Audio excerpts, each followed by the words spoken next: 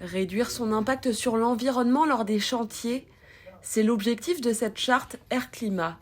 Les collectivités et entreprises signataires s'engagent à respecter les gestes à appliquer pour limiter leur empreinte carbone. Cet accord distingue 3 catégories de chantiers différentes. Pour les chantiers de catégorie A, qui sont des chantiers de faible importance, où des mesures de bon sens sont mises en place, des chantiers de catégorie B, qui sont des chantiers un peu plus importants, où là on demande des préconisations et un suivi de la qualité de l'air un peu plus finement. Et les chantiers de catégorie C, c'est des gros chantiers qui sont aux abords des écoles, des maisons de retraite, aux abords de personnes qui sont aussi sensibles, notamment à la qualité de l'air. Là on demande un suivi vraiment avec un capteur de qualité de l'air.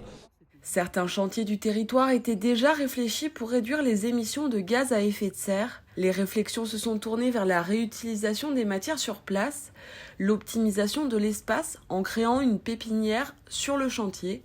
L'objectif est de faire considérablement baisser le nombre d'allers-retours des camions. Ici, rien n'est acheté, rien n'est évacué, tout se transforme. L'ADN du métier dans les travaux publics, c'est de la terre, on la met en décharge.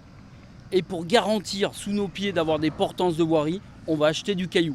Il est noble, il vient de carrière, on l'a concassé, on connaît sa valeur. Nous ici, on essaye de se dire, le caillou, soit on le transforme et on sait le faire devenir bon, et ça c'est un travail, c'est ce qu'on fait. Et le reste du matériau, on s'est enlevé de la tête, c'est de la mauvaise terre, c'est de la terre. Comment on la réutilise ? Puisque un projet a toujours utilité de mettre des terres dans une zone. Pour d'autres, c'est aussi le matériel qu'il faut adapter. Une entreprise au Savoyard a imaginé un engin tout électrique, peu coûteux en énergie, capable de creuser, charger, manutentionner et porter des outils.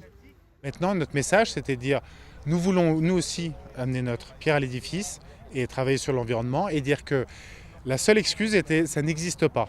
Il n'y a pas d'engin de 10 tonnes 100% électrique capable de travailler une journée. Donc maintenant, ça existe.